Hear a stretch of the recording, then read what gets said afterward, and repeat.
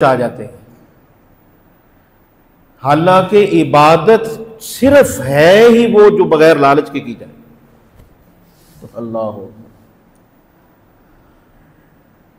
जो अल्लाह ने इबादत फर्ज की है ना जी, ये बड़ा मसला समझ लें आज। जो अल्लाह ने इबादत फर्ज की है उसमें लालच नहीं होना चाहिए। लालच आप किस में कर सकते हैं? आपने नफल नफल पढ़े, नफल का हुक्म है ना, कोई काम है अल्लाह से, उसके लिए नफल का हुक्म है, 2 रकत हाजत सलातुल हाजत पढ़े। ये जो फर्ज इबादत है इसमें किसी किस्म के लालच को लेके ना आए। ये सिर्फ और सिर्फ इसलिए आप करें कि अल्लाह ने जो मुझे पैदा किया है, मुझे इतना खूबसूरत जिस्म, खूबसूरत शक्ल दी है, सेहत दी है, तो उस अल्लाह का मुझ पर यह हक है कि मैं उसकी इबादत इसलिए करूं कि मेरे रब ने मुझ पे इबादत को लाजिम किया है, मैं बगैर लालच के उसकी इबादत करूं।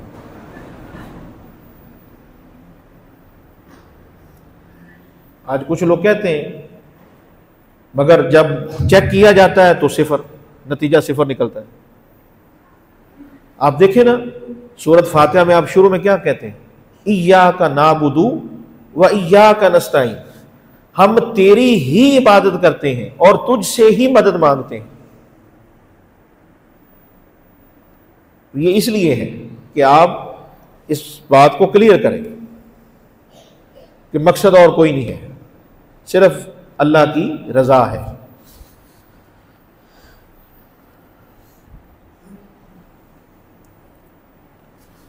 आज अल्लाह की रजा को कहां देखा जा रहा है?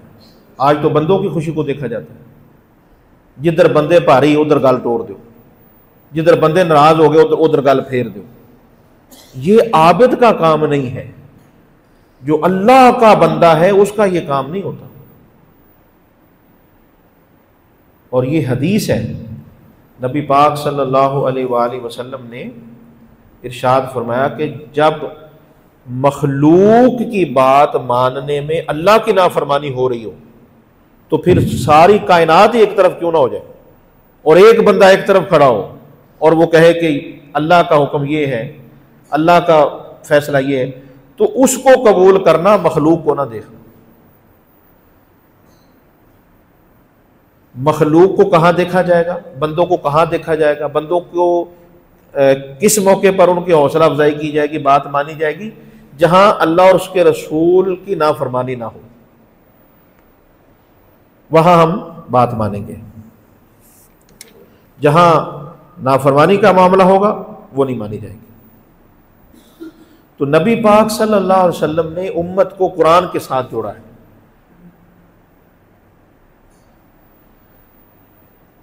एक शख्स ने आपसे आकर अर्ज की, या रसूलल्लाह सल्लल्लाहु अलैहि वसल्लम मुझे कोई नसीहत फरमाए। तो आप सल्लल्लाहु अलैहि वसल्लम ने फरमाया कि कुरान पाक की जो सूरतें हैं, सूरत इखलास, सूरत फलक और सूरत नास, आखिरी 3 सूरतें, फरमाया इनकी तिलावत किया करो, सुबह शाम इसको पढ़ लिया करो। जब तुम इसे पढ़ लोगे अल्लाह तुम्हारे सारे काम बना देगा। शैतान से बचने का बेहतरीन हथियार है। आप इसको तर्जमे के साथ पढ़ें, आपको और ज्यादा फिर पता चलेगा। कम से कम इतना तो काम करो यार, जितना आपको कुरान आता है वो तो तर्जमा सीख लो। ये मेरी आपसे गुजारिश है, जितना आपको कुरान आता है। सूरत फातिहा आती है, सूरत इखलास आती है, ये आखिरी सूरतें भी आती हैं। बाज़ हज़रात को सूरत यासीन आती है तो वो पढ़ते, सूरत रहमान। जो जिसको जितना कुरान आता है उसको तर्जमे के साथ सीखें। आपकी कैफियत में, ज़ौक़ शौक़ में और इजाफा होगा, क्योंकि पता चल जाएगा ना बात क्या हो रही है। एक शख्स ने आकर कहा, या रसूलल्लाह मुझे तकलीफ है, गले में दर्द है। तो आप सल्लल्लाहु अलैहि वसल्लम ने फरमाया कुरान की तिलावत करो। अब ये जरा सोचते जाएं और सुनते जाएं और इसको नोट करते जाएं। एक शख्स ने आके कहा या रसूल अल्लाह बड़ा परेशान रहता हूं, कारोबार नहीं चल रहा, बड़ी परेशानी है। आपने फरमाया कुरान की तिलावत किया करो। फिर कोई शख्स आता है आके सवाल करता है या रसूल अल्लाह बड़ा बीमार रहता हूं, तबीयत ठीक नहीं रहती, कभी बुखार हो जाता है, कभी कुछ हो जाता है, कभी कुछ हो जाता है। फरमाया कुरान की तिलावत किया करो। या रसूल अल्लाह आंखों का हक कैसे अदा करें,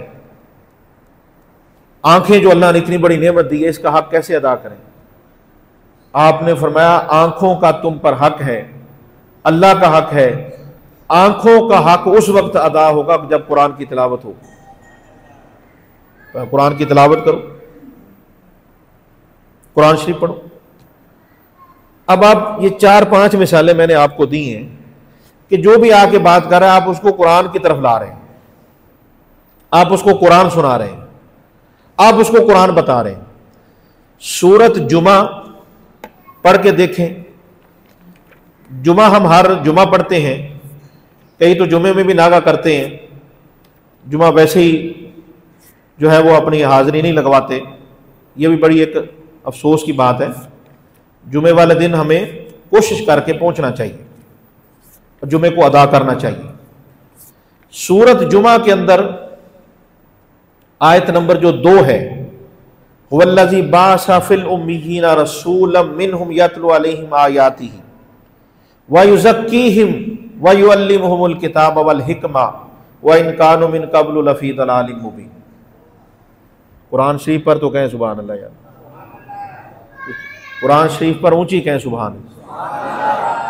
मैं आपको कुरान सुना रहा हूँ, ये बड़ा मसला है हमारे, मैं क्या कहीं बताया।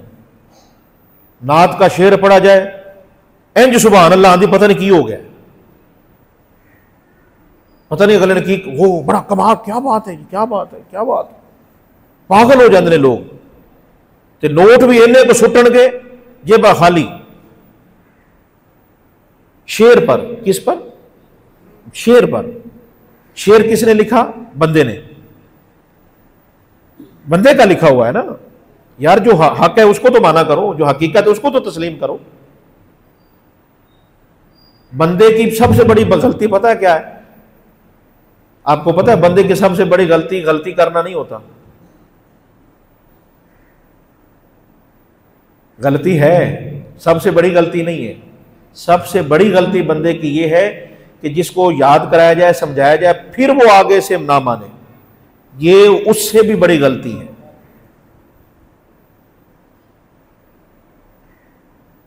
मैं आपको कुरान शरीफ से ये बात अर्ज कर रहा हूं कि नबी पाक सल्लल्लाहु अलैहि वसल्लम ने सहाबा कराम को कुरान सुनाया।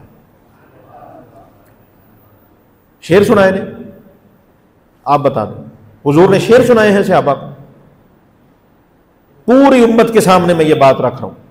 आज जो बड़ी बड़ी महफिलें करवा रहे हैं और मौलवियों को, अच्छा जिनको बुला रहे हैं अल्लाह माफ, मौलवी भी आके शेर ही सुना रहे हैं। मुझे बताएं, नाथ खां भी शेर सुना रहा है, नकीब भी शेर सुना रहा है, जिस मौलवी को खिताब के लिए बुलाया वो भी शेर सुना रहा है, तो कुरान किसने सुनाना है?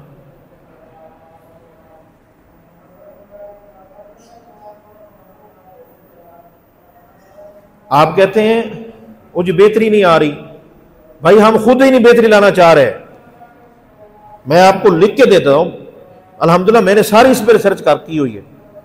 वो जी कैसे बंदे इकट्ठे करें जी, कैसे महफिल करें जी, कैसे करें जी? हम तो महफिल नहीं करवा रहे, और जो महफिल करवा रहे हैं वो उसमें वो ऐसे कामों की तरफ चले गए कि जो महफिल का मकसद है वो नहीं पूरा हो रहा। नाथ खां बुला लो जी, आगे जी नाथ खां जी, नकीब साध लो जी, आगे जी, खतीब नु साध लो, साध लिया जी। अब सारे ही शेर सुना रहे हैं, सारे ही किस्से कहानियां सुना रहे हैं। खुदा के लिए खौफ करें, अल्लाह के महबूब की सुन्नत तो कुरान सुनाना है। आलमे दीन का काम तो कुरान सुनाना है। अगर आपको कुरान नहीं आता तो तकरीर बंद कर दो, ना करो तकरीरें, ना बेड़ा गर्क करो कौम का। मैं ऐसे तमाम मौलवियों को कह रहा हूं जो महफिल में आके, पिछले दिनों एक बंदे ने स्टेटस लगाया हुआ था, दौरा तबलीग यूके से दौरा तबलीग करके माशाल्लाह फलां मौलाना साहब वापस आ गए। जब मैंने पढ़ा उस मौलाना साहब का, मैंने कहा इन्ना लिल्लाहि व इन्ना इलैहि राजिऊन। जी क्या मसला हो गया जी? बाहर जाके शेर सुनाए हो, किससे कहानियां सुनाए और कह के आ रहा हूं मैं दौरा तबलीग करके हूं, ये तबलीग है? वो तबलीग किसको कहते हैं भाई? मेरे बराए मेहरबानी इसको तो समझे, मुझे बताएं। तबलीग शेर सुनाना है? बोले दीन का काम शेर सुनाना है? दीन का काम किससे कहानियां सुनाना है? क्या हुजूर ने ऐसा दीन सिखाया है सहाबा को? आज हम नबी की नात सुनने को तैयार हैं, अफसोस नबी की नात सुनने को तैयार हैं, नबी की बात सुनने को तैयार ही नहीं है, जिसमें हमारे लिए नसीहत है, जिसमें हमारे लिए इस्लाह होनी है कि ये करें ये ना करें। भाई खुदा के लिए कुछ खौफ करें। मरना भी है कि इत्थे ही रह जाना तुसी? अल्लाह ने आपको माल दे दिया है, शोहरत दे दी है, तो उसका मतलब ये तो नहीं कि आप जो मर्जी करते फिरें। नहीं, माल मिले, इल्म मिले, शोहरत मिले, दौलत मिले, तो उस पर उतना ज्यादा अल्लाह का शुक्र अदा करना चाहिए। अब हुजूर ने कुरान सुनाया, आपने कुरान पाक सुनाया। मैं अगली बात आपसे कर देता हूं, हुजूर ने सुनाए कुरान है। मैं क्या इस बात को अब क्या समझे? आए हाय, मैं दोबारा कह देता हूं, आपने ज़ौक़ बड़ा ले लिया, ये हकीकत सुना रहा हूं। हुजूर ने सुनाया ही कुरान है। एक कुरान वो है जिसकी आप तिलावत नमाज में करते हैं, ये वो कुरान है, और जो अहादीस है वो भी कुरान है, मगर उनकी तिलावत नमाज में नहीं होती। तो हुजूर ने तो कुरान सुनाया। तो मैं एक दर्दमंदाना अपील कर रहा हूं आपकी खिदमत में कि हमारे पास मौका भी है, दस्तूर भी है, मंशूर भी है, सिर्फ और सिर्फ हमने अमल करना है। हमारे पास मौका भी है। मैं अभी आपको अर्ज करता हूं, आप मानेंगे? अगर आप में कोई बंदा ना माने, मैं जो चाहे मैं इनाम देने को तैयार हूं, यह भी आपसे कहता हूं। अभी आपको मनवाऊंगा और अभी आप मानेंगे, आप कहेंगे बिल्कुल ठीक कह रहे हैं, मौका है, मौका है, मगर हम उस मौके से फायदा नहीं उठा रहे। ये सब के लिए बात कर रहा हूं, यूनिवर्सल बात कर रहा हूं, पूरी उम्मत के लिए यह पैगाम है। यह सिर्फ यहां तक तो नहीं है ना, कुरान आलमगीर है, दीन का पैगाम आलमगीर है। हमारे पास मौका है, मगर हम उस मौके से फायदा नहीं उठाते। आप कहेंगे जी कौन सा मौका है हमारे पास दीन का काम करने का, कुरान सुनाने का, कुरान की बात बताने का? हमारे पास कौन सा मौका है? दो मौके सबसे अहम हैं, सुनिए आप। एक शादी का मौका है और एक गम का मौका है। बंदे इकट्ठे होते हैं कि नहीं होते? बताएं मुझे।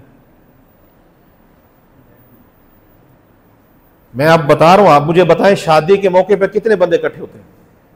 जितनों को हम दावत देते हैं उससे ज्यादा ही माशाल्लाह इकट्ठे होते हैं।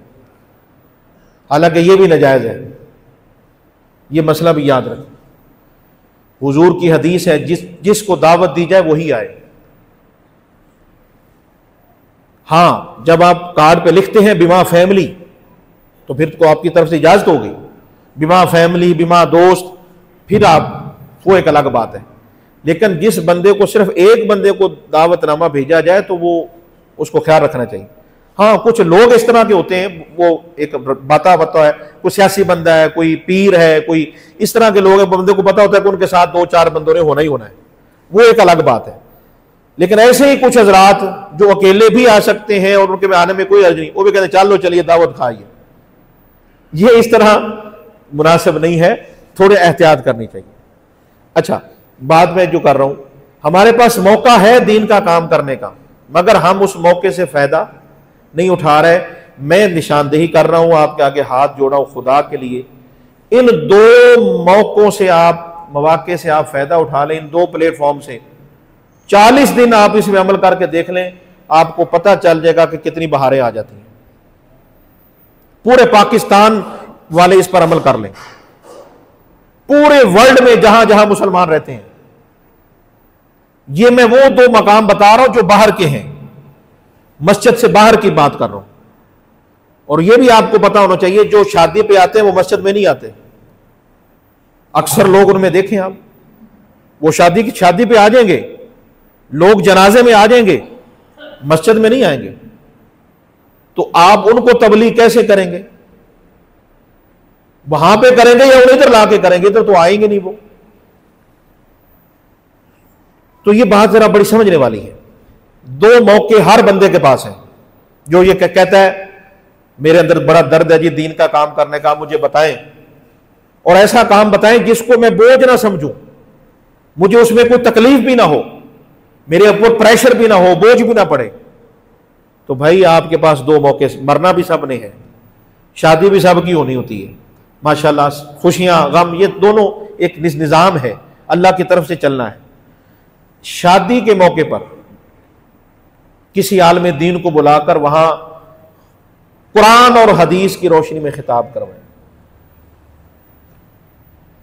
दीन का काम होगा कि नहीं होगा? अगर आप बैंड बाजे और वो दूसरे सारे काम करके फारग हो गए तो आपने वहां दीन का काम क्या किया?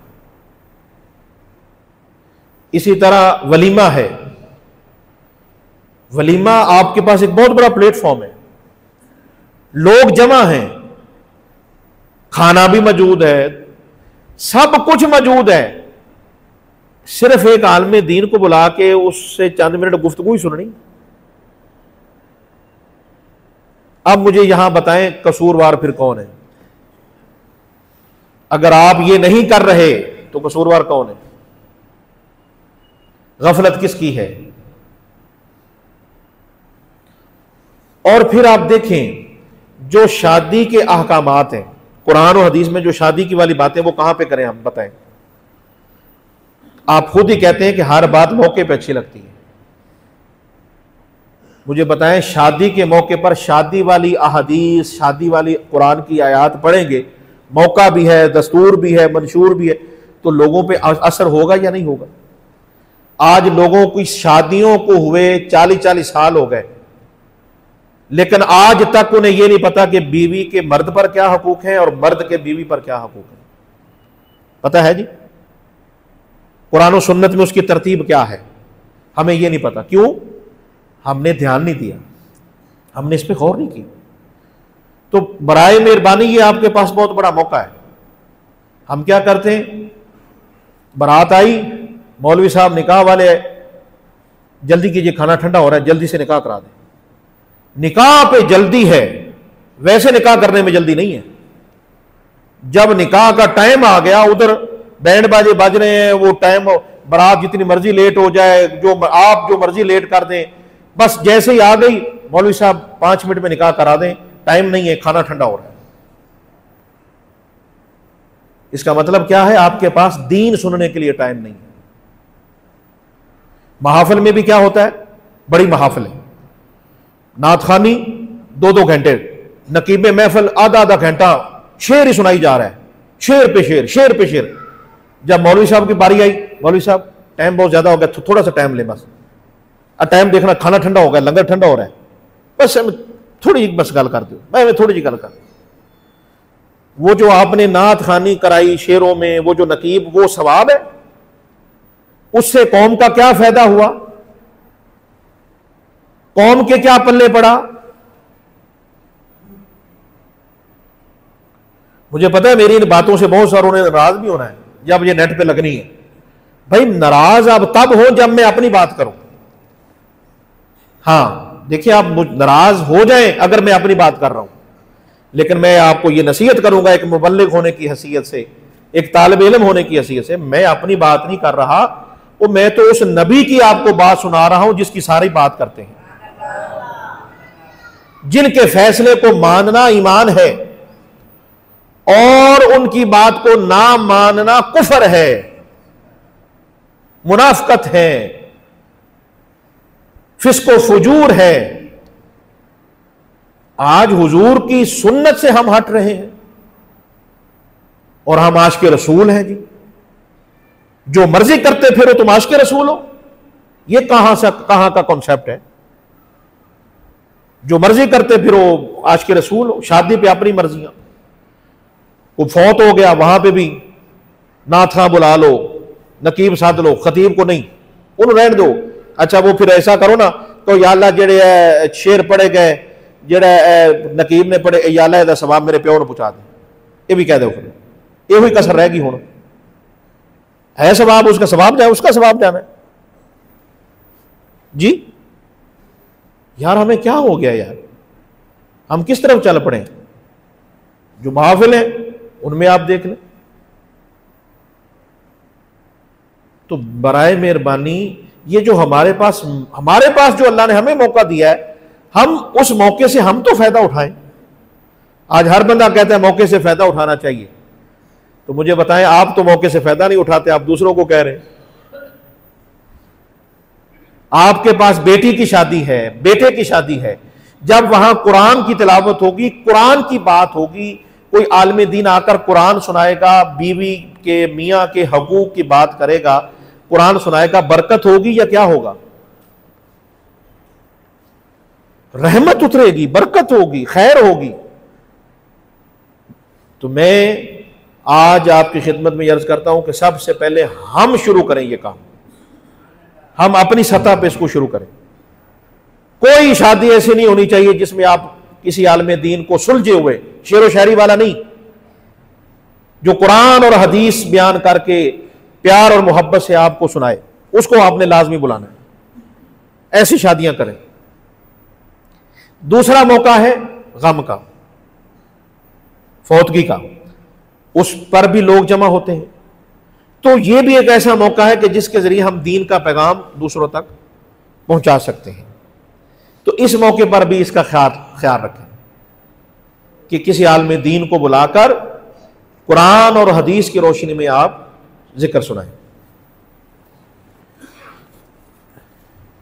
अब यहां दो मसले और हैं, चूंकि शादी और इसका मैंने जिक्र किया है, वो भी मुख्तसर से सुन लें। ये जो शादी के मौके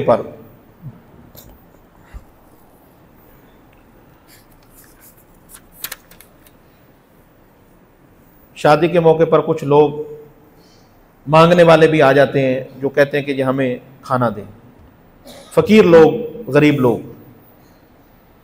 तो आप, जो मैंने आज तक देखा है, मुझे तो अभी तक कोई अल्लाह का वली अभी नज़र नहीं आया ऐसा कि उसने पहले खाना गरीबों को दिया हो और बाद में शादी वालों को खिलाया हो।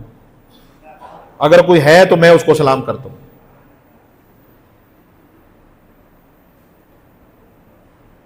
देखें माशाल्लाह, जो भी इंतजाम करता है बंदा खुला डुला ही करता है। अगर आप उनको नहीं दे सकते, देखें मैं आपको एक हल बताता हूं। दो चीजें हैं, या तो उनको वहां पे खाना खिला दें साइड पे बिठा के, कि पहले आप इधर खाना खा लें, इनको खाना खिला के बाद में आपको खाना दिया जाएगा जो आप घर ले जाएं। एक बंदा भूखा है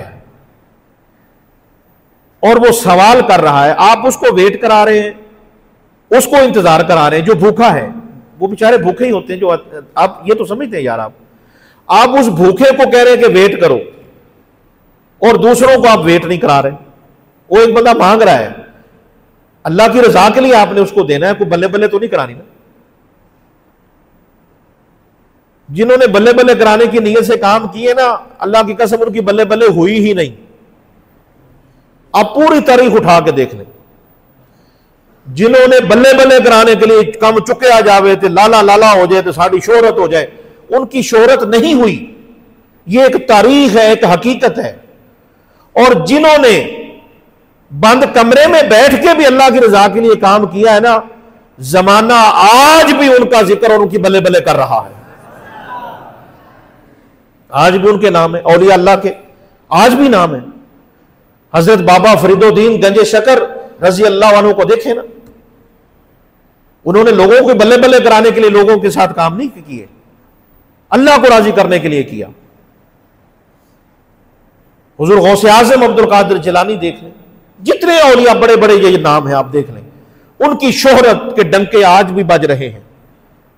लोग आज भी नाम सुन के अकीदत के साथ खड़े हो जाते हैं, यार बहुत बड़ा अच्छा बंदा था, बड़े अल्लाह के प्यारे बंदे थे, बड़े। ओ भाई, इससे बड़ी और क्या हकीकत होगी कि आज बंदा सामने खड़ा हो तो उसकी वो इज्जत नहीं। जुमला सुनिएगा प्यार से, आज बंदा सामने खड़ा हो उसकी वो इज्जत नहीं। यार जो बंदा मजार के अंदर पड़ा है उसकी इतनी इज्जत हो रही है। मुझे बताओ ये करामत नहीं तो फिर क्या है?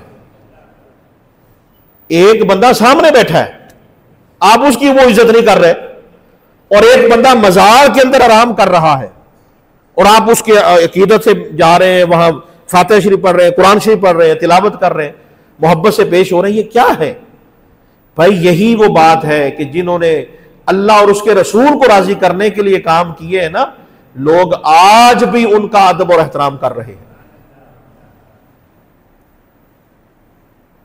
तो बल्ले बल्ले कराने के लिए ना करें। आज शादियां हो रही हैं बल्ले बल्ले कराने के लिए, और शादी के मौके पर भी बेतहाशा खर्च। देखिए कोई भी हो, मैं किसी का नाम, मैं जो भी हो, मैं एक शरीयत का मसला बता रहा हूं। अल्लाह ने मना किया है, ना इसराफ करो ना तंगी करो, ना हद से बढ़ो ना बिल्कुल तंगी करो, एतदाल का रास्ता। सूरत फुरकान का आखिरी रकू पढ़िएगा, सारी तफसील वहां पे मौजूद है। मैं सारी गुफ्तगू को इस जुमले पर मुकम्मल कर रहा हूं कि हाँ, ये बड़ा एक अहम मसला है।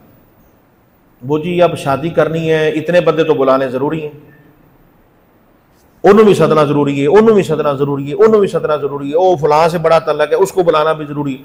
वो जरूरी करते करते करते शादी वाला जो खर्चा है वो बढ़ता जाता है। मैं आज आपकी खिदमत में एक ऐसी मिसाल पेश करने लगा हूं, मेरा ख्याल है कि सारी जिंदगी फिर आपको किसी ना दलील की जरूरत पड़ेगी ना किसी हवाले की जरूरत पड़ेगी। मैं आपसे पूछता हूं, जब सहाबा कराम की शादियां होती थी, उस वक्त कायनात की सबसे अहम तरीन हस्ती जिनका बुलाना शादी में जरूरी है वो कौन है जी? नबी पाक सल्लल्लाहु अलैहि वसल्लम। बात समझ आ रही?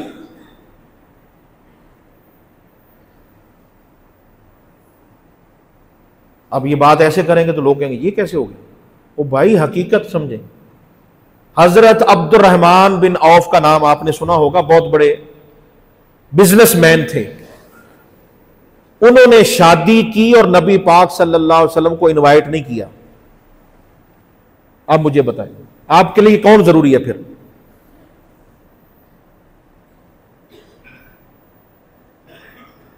हुजूर उस शादी में नहीं गए, शादी हुई, हुजूर नहीं गए। शादी के बाद अब्दुर्रहमान बिन औफ खुद हुजूर की खिदमत में हाजिर हुए, तो आप सल्लल्लाहु अलैहि वसल्लम ने मुबारकबाद दी, बड़े खुश हुए। फिर आपने वलीमे के हवाले से बात फरमाई, फरमाया वलीमा भी जरूर करो। अब इस बात से जो मैं आपको बात समझाना चाहता हूं वो ये है कि नबी पाक सल्लल्लाहु अलैहि वसल्लम ने अपने सहाबा की तरबियत ही ऐसे की थी कि शादी को आसान करना है, मुश्किल नहीं बनाना। यह मसला है, वो कोई ऐसा मसला नहीं है। उनके हुजूर के बगैर तो वो कोई काम करते ही नहीं, उनकी मोहब्बत और प्यार के बगैर तो कोई काम किया ही नहीं। लेकिन यह मिसाल आपको देने का मकसद यह है कि आप देखिए कि हुजूर जैसी हस्ती और आप शादी में शरीक नहीं हुए, क्यों? आपने तालीम यह दी हुई थी कि शादी को आसान बनाना है, इसको बोझ नहीं बनाना। आज शादी को हमने बनाया है, निकाह को बोझ हमने बनाया, इस्लाम ने नहीं बनाया। हर बंदा गरीब से गरीब भी शादी कर सकता है, जिस तरह की शादी सुन्नत है या जिस आसानी से हुक्म है। जो शादियों का कॉन्सेप्ट, जहेज का कॉन्सेप्ट आप लिए बैठे हैं, उसके लिए तो आपको पता नहीं कितने साल और लग जाए, वो मुझे नहीं पता। लेकिन जो इस्लाम ने दिया है वो आप करके देखें, इंशाअल्लाह ताला फौरी मदद होगी, फौरी काम होगा। और दूसरी गुजारिश ये करूंगा, खुदा के लिए शादियों कर्जे लेकर शादियां ना करो, कर्जे से बचें अपने आप। जितना अल्लाह ने दिया है उसके मुताबिक चलें। वो शादी के मौके पे कर्ज लेना जरूरी है नहीं। आखिरी बात, ये जो इसी तरह इसाले सवाब का मसला है बड़ा, एक खत्म शरीफ, वो खत्म शरीफ दिलवाना है जी, 50,000 रुपया दे दो, उधारा 50,000 रुपया दे दे, खत्म शरीफ दिलवाना है। ओ भाई, खत्म शरीफ उधार के पैसों का लेके दिलवाना है आपने, ये कोई फर्ज है? ये कुछ जरूरी है कि आपने कर्ज लेके खत्म शरीफ दिलवाना है? फिर इसाले सवाब, आज तो खत्म शरीफ भी शादी की जगह पे चले गए, वो मुर्गे और सलाद और पेप्सी की बोतलें रखी जा रही हैं। क्या है जी? फौतगी है। फौतगी को भी हमने खुशी में तब्दील कर दिया। यार कुछ तो ख्याल करो, मेहरबानी करें। सादा, जो जैसा मौका हो वैसा उसको करना चाहिए। तो ये खत्म शरीफ पर उधार लेके कुछ लोग मुलाजमीन अपने मालिकों से कहते हैं जी वो खत्म शरीफ वाले साहब का खत्म दिलवाना है। वो पिछले दिनों उकाड़े में एक मसला आ गया, मैं भी बैठा हुआ था, तो शेख साहब के पास बंदा आकर उसने कहा जी 50,000 रुपया दे, खत्म दिलवाना है। तो वो शेख साहब मुझे कहने लगे जी जमाली साहब इनको बताएं मसला क्या है। मैं 50,000 का मसला नहीं है, लेकिन आप इनको मसला समझा दें, मसला क्या है। तो मैं उसको इतना समझाया, आगे से पता क्या कह रहा था, वो जी तुम्हारी गल ठीक है, पर लोग नहीं चुप करते, लोग नहीं खड़ोते जी। अब ये बात घर घर है, ये सारे यही करते हैं। लो जी चुप करके शादी कर ली, पता नहीं लगना चाहिए। वो किन्हों पता लगवाना है? तुसी किन्या को पता लगना चाहिए। लो जी हुण थोड़ा, लो जी घर में खवातीन वो रोला डाल लेती हैं, कोई बंदे रोला डाल, लो जी हुण छोटा जिहा फंक्शन रख लीए, लो उन्हें शादी की, देखो कितना खर्चा करता, उसने शादी की कितना, हुण असीं चुप करके लो जी असीं भी हैगे आ, साडा भी ना है, साडा भी पता लगना चाहिए, कोई बल्ले बल्ले होनी चाहिए। ले करा लो बल्ले बल्ले, की बल्ले बल्ले तुसीं करानी? यार बल्ले बल्ले करानी है तो मैं बताता हूं, जो कुरान बताता है वो बल्ले बल्ले कराओ।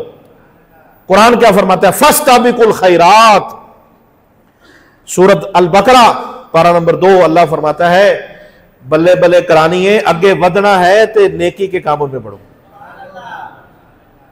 खैर के कामों में बढ़ो ना। कि एक बंदे ने दीनी मदरसे में 1 लाख दिया, आपको मैं 2 लाख दूंगा, ये है बल्ले बल्ले, ये है आगे बढ़ना। एक बंदे ने किसी गरीब की मदद 10,000 की है, आप कहते हो मैं 20,000 करूंगा, ये है कुरान का हुक्म। ये नहीं कि एक बंदे ने शादी पे 2 लाख लगाया, आप कहें मैंने 4 लगाना है, ये गलत है, ये सोच ही गलत है, ये फिक्र ही गलत है, ये इस्लाम की तालीम नहीं है। दुनियावी मामले में आगे बढ़ने की कोशिश ना करें, मना है। इसमें आपके बड़े मसाइल पैदा हो सकते हैं। लेकिन मेरे और आपके पाक नबी, जिनका हमने कलमा पढ़ा है, जिनको हम अपना हाकिम मानते हैं, अपना नबी मानते हैं, आपने फरमाया दीन के मामले में एक दूसरे से आगे बढ़ने की कोशिश करो, दीन के मामले में आगे बढ़ने की कोशिश करो। तो बराए मेहरबानी आज के इस दर्दमंदाना पैगाम को कबूल करें। मैंने भी खालिस अल्लाह और उसके रसूल के लिए सुनाया है, आप भी इसको बगैर किसी वजह के, हट धर्मी के, बगैर किसी बात के, इसे खालिस अल्लाह और उसके रसूल के लिए ही कबूल कीजिएगा।